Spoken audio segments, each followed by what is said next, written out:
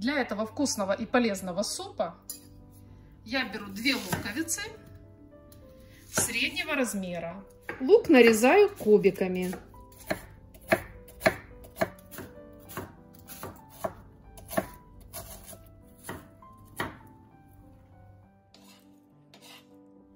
Затем 2 моркови, большую и маленькую, я натираю на терке.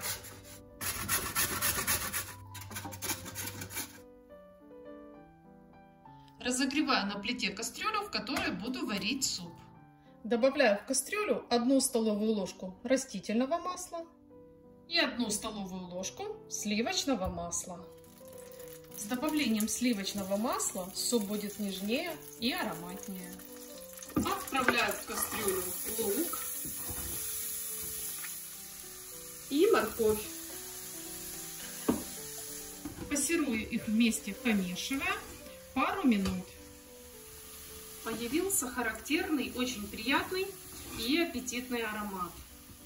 На этом этапе я пока убираю овощи с огня. Беру 1 такой крупный кабачок. Он весит аж 700 граммов. Кабачок нарезаю кубиками. Кубики делаю не крупные, так суп приготовится быстрее.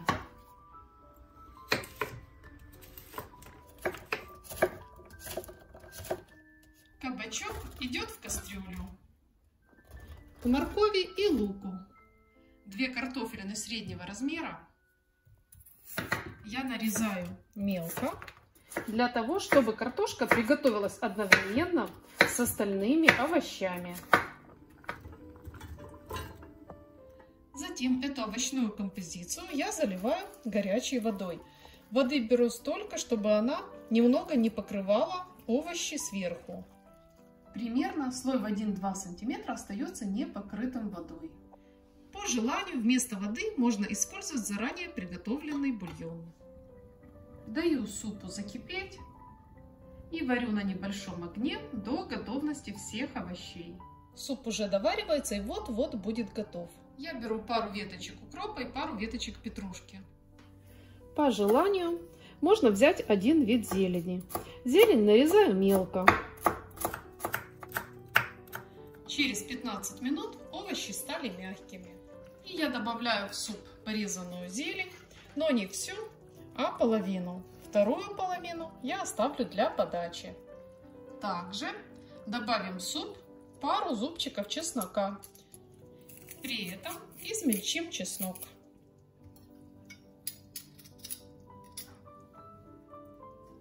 Суп, конечно же, посолим по вкусу. Я добавляю чайную ложку соли.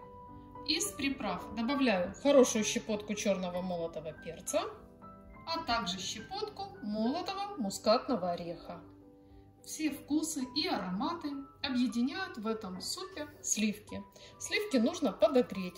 Жирность любая на ваше усмотрение, но чем они жирнее, тем вкуснее суп.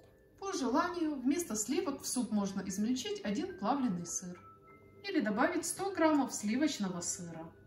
Затем все ингредиенты перебиваем блендером до однородного состояния.